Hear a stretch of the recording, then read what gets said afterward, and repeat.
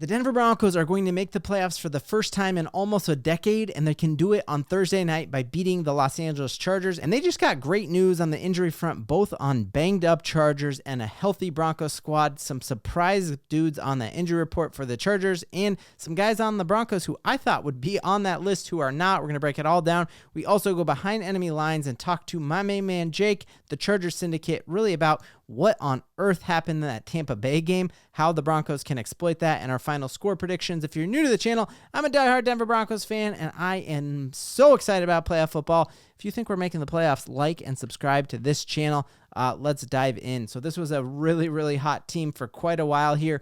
A lot of people picked them as like sneaky Super Bowl picks. There was a time here where they were cruising on a 4-game win streak, and everyone's like, they got this thing figured out. They were up early against the Baltimore Ravens, and then J.K. Dobbins went down. They have not been the same.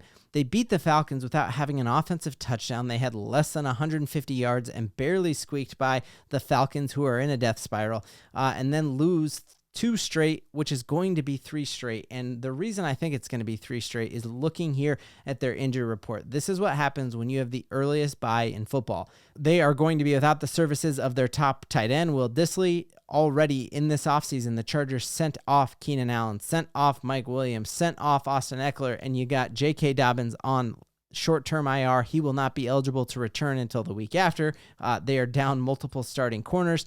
And Baker Mayfield took advantage of them, and so will Bo Nix this week. On the flip side, fantastic news here that Pat Surtain didn't even miss a single practice. He was a full participant. I am hoping beyond hope that Franklin Myers and DJ Jones truly are just kind of taking more veteran days off here. We did see DJ Jones in a ton of agony with his finger, but we have seen interior defensive linemen just add bandages, and unless it's a season-ending surgery or something like that, I expect to see him back. And this is why, like, our depth that we have in a Dondre Tillman, in a Zach Allen, like, we are still in a very good situation. That defensive front is the only place where I feel like we have a tremendous amount of depth. This is concerning here to not see Riley Moss practice whatsoever. It would be very surprising if he plays. And if that's the case, man, why did we not put him on that short-term IR as soon as he got hurt with the Raiders? Because if he's not going to be back until the Bengals game, we could have saved the spot for Josh Reynolds. But let's dive in here. Let's talk to Jake about what's going on the injury front for the Chargers. First off, like, how cool is this for both of our teams that we got flexed into this game? I think it's awesome, honestly, because, I mean, it's more so showcasing of, like, Bo Nix is the real deal. And I think that's kind of what the NFL has been shooting for, because new wave of franchise quarterbacks coming into the league. And so seeing with what he's capable of, I think that's awesome to have this flexed into Thursday. A little challenging because of where we are in the season, but you know what? It's better football this way. Yeah, man. Well, I think it's definitely a testament to AFC West is wild, man. Like, if the Raiders could figure out a way to get their crap together, man, like you have Mahomes and obviously Andy Reid, you got Payton and Bo Nix, you got Harbaugh and Herbert. Like, we're the best division in football for sure. Absolutely. So there was a hot second. The Ringer hopped on y'all hard and we're like, hey, we think this is a 12-win team. Harbaugh's going to do this.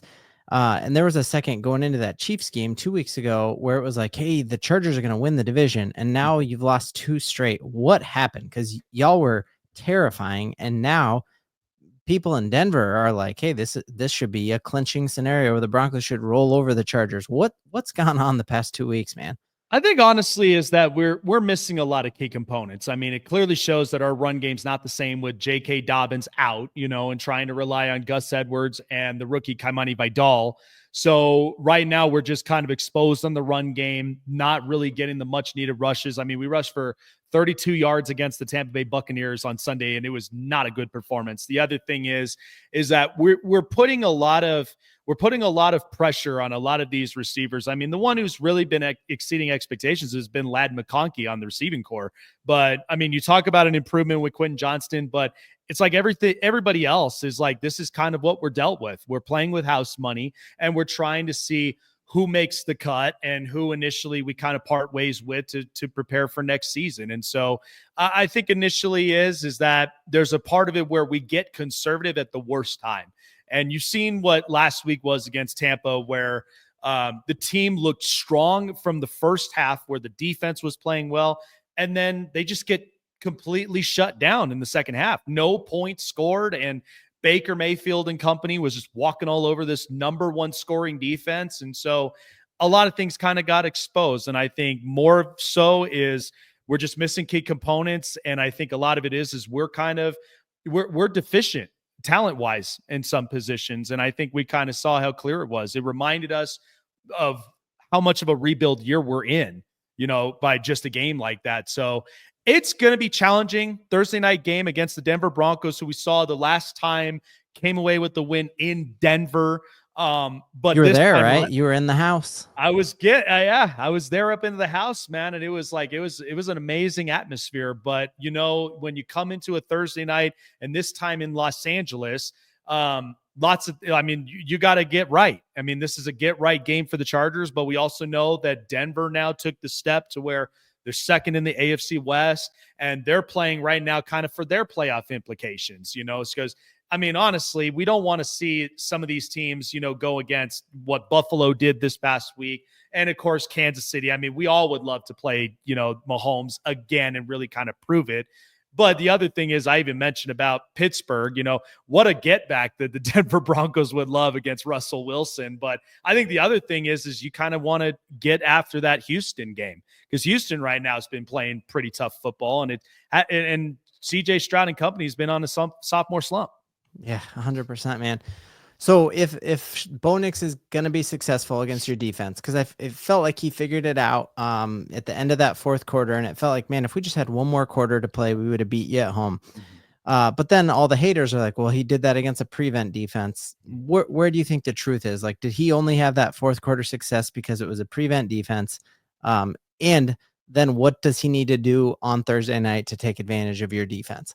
I think what he needs to do is, and what I think is impressive about Bo Nix that we're seeing right now, is that he has the ability to make an in-game adjustment. And I think that's why Sean Payton trusts him so much, is because he's not going to fold in a situation and in a moment. And I think the last time when these two met was the Chargers controlled the 3 quarters of the game. The defense was playing well. The first pass attempt that Bo Nix had was an interception. And I think by the fourth quarter, when things started to get tight and it was really like situational play, I think Bo kind of has the ability, because of the experience in college, where he kind of tuned the noise out and then really focused in on where, look, I need to make the plays to get it to guys right into the route, and then at the same time be poised enough to not make mistakes and just keep flowing the movement of the chains. But I think even when I evaluated from this past week against the Indianapolis Colts, is he was in another position again where it seemed like the Colts defensively, they kind of held on with Denver, but then when the much needed adjustments happened, he didn't fold. He started to control it. Offense started leading with him at the helm. And I think that's kind of something that Bo Nix needs to do this second go around, is have a case to be in the first half where it's decent, right? Because it's not about how you start the game off initially, it's how you finish it. And I think that was initially what I got from the last time, is Bo Nix kind of scared us in the fourth quarter, not going to lie. But I think that's a lot of in-game adjustment. And I think that's what he needs to do this go around. Well, that's an awesome point, because they just tweeted a graphic, and I can't wait to see when they update it for this week, that the Broncos are the worst team in the NFL for point differential in the first quarter. And then quarters 2, 3, and 4 were one of the best. And we outscored the Indianapolis Colts 21-0 in that fourth quarter. So I would be surprised if we don't lead the league in fourth quarter point differential. But man, with Herbert and his arm, dude, I honestly think he is probably the most physically talented quarterback in the division. Yeah. Obviously you can't, Mahomes is like multi-time Super Bowl, but man, Herbert can throw it on a rope. He's huge. So what's his injury status for this game? So as of right now, Justin Herbert is at this moment questionable. We know with the high ankle sprain, that was kind of something that going into the Tampa Bay game was a little bit of a, kind of a question mark, but he came out, played strong, played as much as he possibly could. But this time around, I think he'll be ready for this game. And knowing Justin Herbert in a division rival matchup, he's never going to walk away from a game like this, because we know the importance when it's one thing to play against a conference or a non-conference type team. But when you get into these in-division rival matchups, I mean, you want to play to the very end. I mean, that's what's really about. But he'll be good to come into this game. Looking at a couple injury reports, Denzel Perryman, Otito Agbonia, Elijah Molden, and Cam Hart, they're questionable as well. But I do anticipate, though, that we'll get most of the guys back. But I think a lot of that still is, how is the run game really going to perform? Because right now it hasn't been living up to its best potential since J.K. Dobbins has been hurt. And especially with the Denver defensive front, where they know how to limit the run. They know how to kind of make a team one marginalized. And at the same time, I mean, I got to say that rookie that the Denver Broncos had this past week looked pretty damn good. And somebody that came in and stepped up in a big way. And, depending on it with Pat Surtain, because last time all it took was one play and he was out. Man. And so I think there's going to be I think it's going to be a tough fight. All these games against the AFC West has been very close, and it's been so entertaining. And it's just kind of proving its pitch of why they are the most competitive team, like competitive division in football. So I expect this to be close, but I do expect Justin Herbert to go all in and give it his absolute best. I mean, the classic Oregon Duck face-off, right? Proving who's the better duck at the end of it. Oh, we know who the better duck is. Well, the better duck now is Justin Herbert, but man, I can't wait I don't think we've come anywhere close to seeing Bo's ceiling, and that's exciting to have our franchise dude. I mean, you look at your injury report, and I think this is, you had the very first possible bye week you could, and then did you guys go on a 5-game win streak, or was it 4? So we went on a 5-game win streak. Yep. And that was when, we lost at that game against, once we lost that game, it was a fun stretch, but then it was like, we kind of came back to earth a little bit, where it was like, we started to play up against teams like Baltimore. We played against teams like Atlanta, surprisingly, that ended up getting 5 sacks against Justin Herbert that game. And then, you play against Kansas City, and it's just like, it gets tougher this road ahead. But that's kind of the thing, is like, you start off a season of like, okay, these are some games that like we're gifting you here. Like, these are some wins you're supposed to win. But when it's crunch time against teams that are above 500, that's where the true test comes around. And so I think the Chargers, they're sitting right where I believe that they should be. I mean, they're 8-6 right now. And my anticipation from before the season started was, I saw this team be a 10-7, possibly an 11-6 team, depending on the outcome. And so the jury's still out on them. But at the same time, I mean, this has kind of just been the work of Jim Harbaugh getting his group together, and they bought into the whole process, and where this is a team that beat teams that they were supposed to this year, and they've actually exceeded very well with it. Yeah.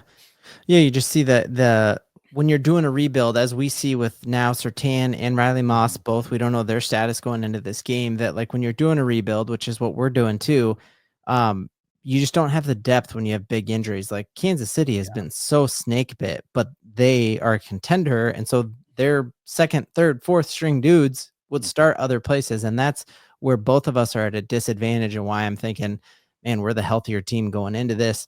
So playoff clinching situation basically for both of us here.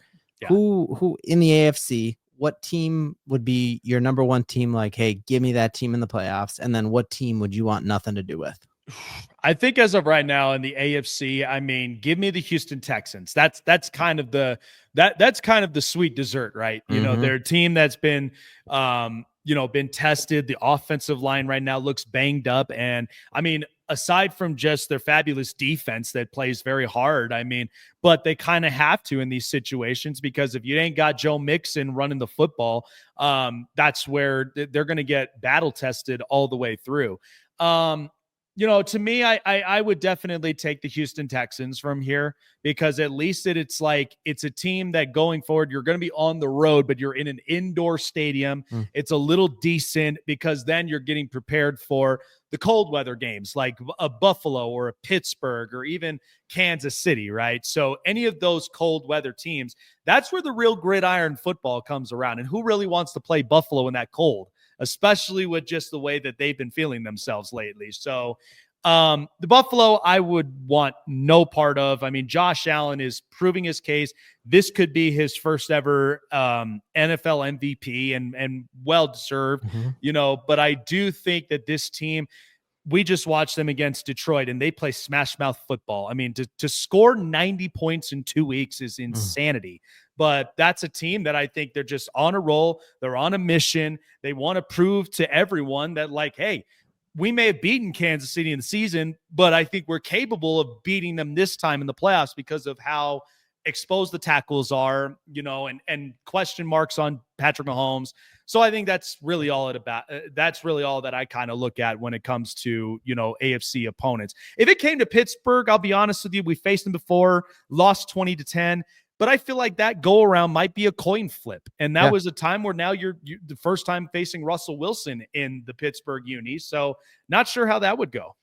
Yeah, honestly, the team I want, I want Pittsburgh. Give me the Pittsburgh Steelers. I feel like Sean Payton would, like, there was that stat that went out about how much Uncrustables every team ate. Sean Payton would just live on Uncrustables and Red Bull and would not sleep that whole week. And you would see the best game plan you've ever seen. I want Pittsburgh, and actually the team I think I want nothing to do with is the Ravens. Like, I know playoff Lamar hasn't been regular Lamar, but I feel like at some point we're going to see regular Lamar in the playoffs. And Broncos went there. That was the only game we haven't been within one score of, and it was not even close. So I think that's a team I want to avoid, but going to be an awesome game, man. Give me your score predictions. Man, on a short week on Thursday and on a 2-game losing streak that this team wants to get right, this isn't going to be easy. But I know for a fact that, like, games like this that the AFC West opponents have been playing have been very, very close. So I'm very fully confident about that. Do I think that this would be comfortable for the Chargers to honestly sweep the Denver Broncos, especially up at home? Sure. But I don't think it's going to come as easy as it looks, because Denver and Bo Nix, they've been riding this. They're fresh off a bye, so this is kind of where they are right now.